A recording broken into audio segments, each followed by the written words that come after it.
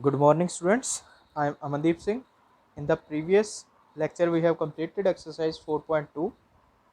Now I am going to start exercise 4.3. The first question in exercise 4.3 is find the roots of the following quadratic equations if they exist by the method of completing the squares.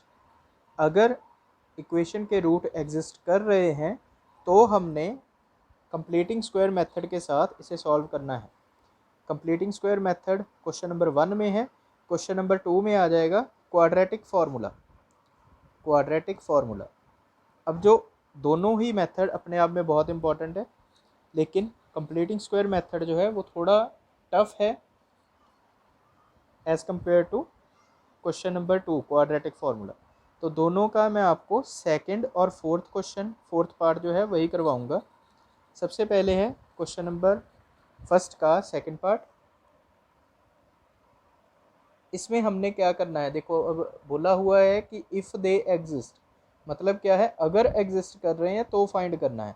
अब हमें पता कैसे चलेगा कि exist कर रहे हैं कि नहीं कर रहे, हम डी फाइंड करेंगे। इसमें 3 टर्म्स होती हैं। एक्स स्क्वायर का कोफिशिएंट जो होता है उसे हम ए लिखते हैं, एक्स के कोफिशिएंट को बी और कांस्टेंट को सी। माइनस का जो साइन है किसी के भी साथ, चाहे वो ए है, चाहे बी है, चाहे सी है, इसे इग्नोर नहीं करना, माइनस लगाएंगे ही लगाएंगे। अब फॉर्मूला है D is equal to B square minus 4ac। 1 square is equal to, multiply किया 4 into A into C, minus लगाया तो ये माइनस माइनस प्लस हो जाएगा। यहाँ पे डी हमारे पास कितना आएगा 33। अब हम क्या करेंगे, लिखेंगे यहाँ पे कि यस, या पहले लिख देंगे because d is greater than equal to 0, क्योंकि d की जो वैल्यू है वो 0 से ज़्यादा या बड़ी है। अगर 0 से ज़्यादा या बड़ी हो तो हम कहते हैं कि रूट्स एग्जिस्ट कर रहे हैं। ठीक है, तो देयरफॉर रूट्स एग्जिस्ट, इसलिए रूट्स क्या हैं, एग्जिस्ट कर रहे हैं। अगर एग्जिस्ट कर रहे हैं तो हम फाइंड करेंगे bye method of completing squares.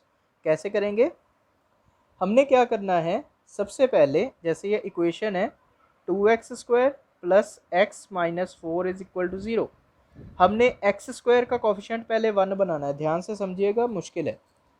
X square का कोफिशिएंट क्या बनाना है, 1। कैसे बनेगा, जब हम पूरी इक्वेशन में से 2 को कॉमन निकाल लेंगे। तो यहाँ पे 2 था, सिर्फ एक्स स्क्वायर रह जाएगा। यहाँ पे 2 था ही नहीं तो 2 के साथ डिवाइड हो जाएगा, 1/2 इंटू एक्स हो जाएगा, माइनस यहाँ पे 2 बाहर निकाला 2। अब X square minus 1/2x minus 2 is equal to 0। अब हमने क्या करना है, ये 2 इधर मल्टीप्लाई हो रहा है, दूसरी साइड पे जाके 0 से डिवाइड हो जाएगा, वो क्या बन जाएगा 0। अब हमने क्या करना है, दोनों साइड पे, लेफ्ट हैंड साइड इक्वल के इधर और इक्वल के उधर राइट हैंड साइड, दोनों साइड पे कोफिशिएंट है जो x का, उसका हाफ करके स्क्वायर करके दोनों साइड पे ऐड कर देना है। ध्यान से सुनो, जो हमारे पास x का कोफिशिएंट है उसका हाफ करके उसका स्क्वायर करके दोनों साइड पे ऐड करना है। अब देखो, बाय एडिंग, मैं लिख रहा हूं यहाँ पे, half of coefficient of x, coefficient of x का हाफ, उसका स्क्वायर टू बोथ साइड्स, दोनों साइड पे। तो यहाँ पे देखो x का कोफिशिएंट क्या है, यहाँ पे 1/2, इसको हाफ करना है। हाफ करने का मतलब है 1/2 के साथ मल्टीप्लाई। तो 1/2 को 1/2 के साथ मल्टीप्लाई करेंगे तो क्या आ जाएगा 1/4। तो हम क्या करेंगे, x square minus 1/2x minus 2 plus इधर ऐड करेंगे 1/4 का स्क्वायर। इधर किया है तो इधर भी करना पड़ेगा, दोनों साइड पे करना है। अब एक्स स्क्वायर माइनस 1/2x, ये 1/4 का स्क्वायर इधर रख देंगे, ये -2 को साइड में रख देंगे, 0 में कुछ भी प्लस करेंगे तो वो नंबर ही आ जाएगा। यहाँ तक क्लियर हो गया। क्या करना है, जो स्क्वायर वाली टर्म है उसको इस साइड ले आए। अब देखो फॉर्मूला बन रहा है A square plus B square minus 2ab। अब माइनस 2ab मैंने ही बोल दिया कि बन रहा है, आप लोगों को शायद यकीन नहीं होगा अभी।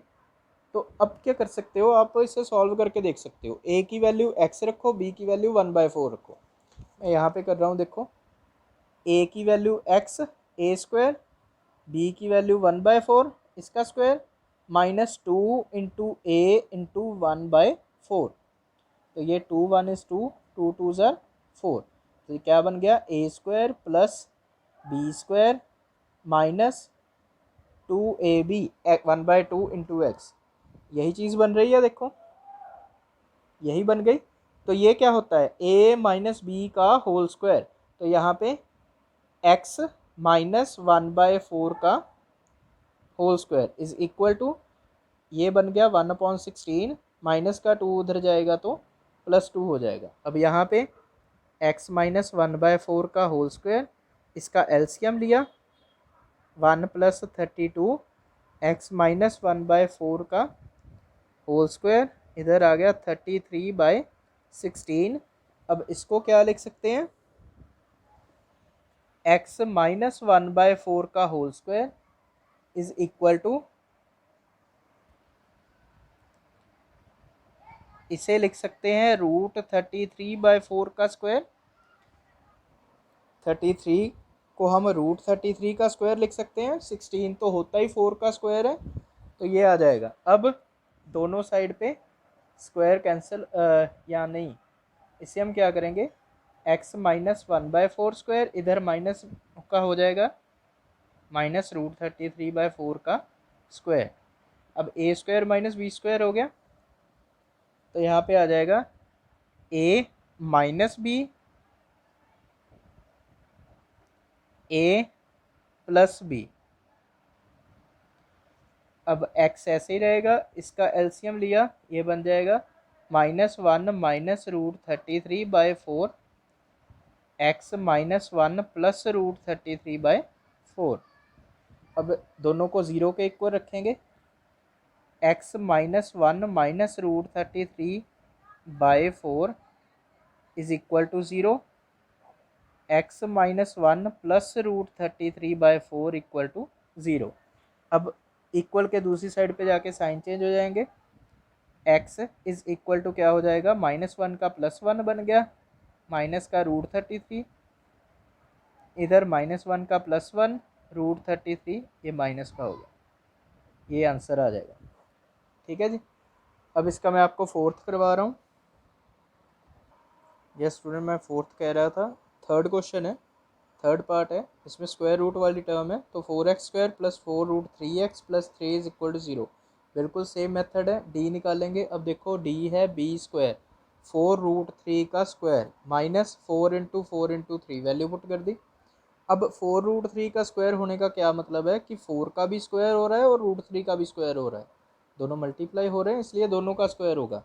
तो यहाँ पे 4 का स्क्वायर किया 16, √3 का स्क्वायर किया 3 माइनस 48।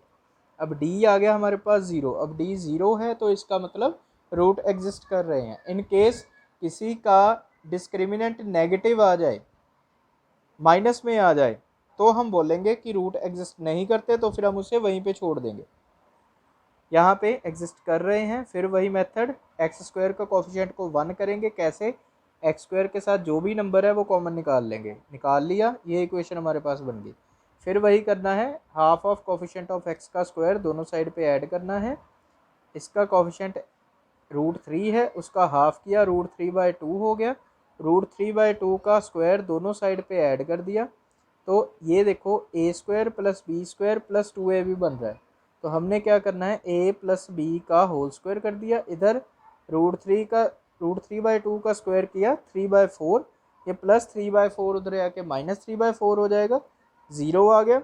अब ये 2 टाइम्स लिख दिया, 0 के उस साइड जाके दोनों वैल्यूज़ क्या आ गई, नेगेटिव आ गई। सेम आएंगी, मतलब आ सकती हैं सेम, ठीक है।